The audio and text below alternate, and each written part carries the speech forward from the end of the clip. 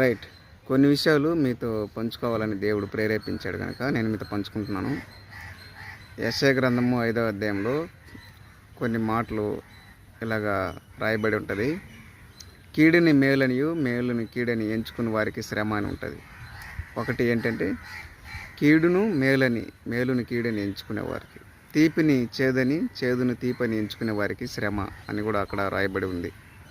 నిజమే, కొన్నిసార్లు మనము కొంతమందికి వాక్యానుసారంగా ఇది తప్పు, ఇలా ఉండకూడదు, ఇలా ఉండాలి అని గద్దించినప్పుడు లేదా మంచిగా చెప్పినప్పుడు వారికి అది చేదుగా అనిపిస్తుంది. ఎందుకంటే చేదుని తీపిగా వాళ్ళు ఎంచుకుంటూ ఉన్నారు కనుక.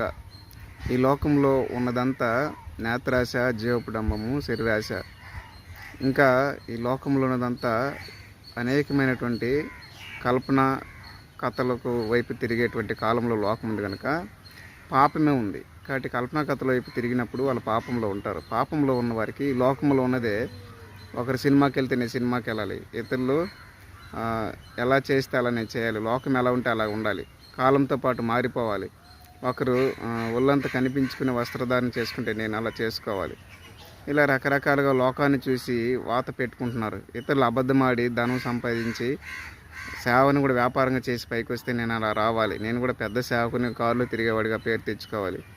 కాబట్టి అలాంటి వాటిని ఎంచుకొని లోకాన్ని చూసి ఒకరింట్లో ఏసీ ఉంటే నాకు ఏసీ ఉండాలి, ఒకరింట్లో బీరో ఉంటే నాకు బీరో ఉండాలి, ఈ లోక సంబంధమైన భోగాలు వెంటపడి వాక్యానికన్నా ఎక్కువ ఈ లోక ధనుధాన్యాన్ని సుఖాన్ని ప్రేమించి అది ఈ లోకాన్ని ప్రేమించడు ఎప్పటికైనా కీడు చేస్తుందని దేవుని వాక్యం చెప్తుంటే దాన్ని మేలుగా ఎంచుకుంటారు.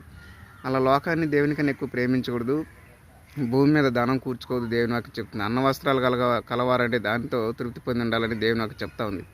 ఈ విషయాలు మనం ఉన్నట్టుగా కానీ చెప్తూ ఉంటే సినిమాలకు వెళ్ళకూడదు, సినిమా పాటలు వినకూడదు, ఈ లోక ధనధాన్యాన్ని దేవునికన్నా ఎక్కువ ప్రేమించకూడదు, ధనం కోసమే వ్యాపారం కోసమే సేవ చేయకూడదు, వ్యాపారం కోసమే మనం బ్రతకూడదు అని చెప్తూ ఉంటే అది ఈ లోకానికి ఎలా ఉంటుందంటే పాపం చేయకూడదు, అబద్ధాలు ఆడకూడదు, అబద్ధములు ఆడి పదవి సంపాదించకూడదు, లంచం ఇచ్చి పదవి సంపాదించకూడదు, ఇలాంటి ఉన్నట్టుగా మనం చెప్తూ ఉన్నాం అనుకోండి, విగ్రహారాధన జోలికి వెళ్ళకూడదు, అన్ని ఆచారాలు పాటించకూడదు మనం చెప్తుంటే అది వాళ్ళకి తీపిగా ఉంది కనుక అది నరకాన్ని తీసుకెళ్తున్నప్పుడు వాళ్ళు అందులో మునిగిపోయినప్పుడు దాన్ని తీపిగా ఎంచుకుంటున్నప్పుడు మనం చెప్పే సత్యాన్ని వాళ్ళు చేదుగా తిరస్కరిస్తారు.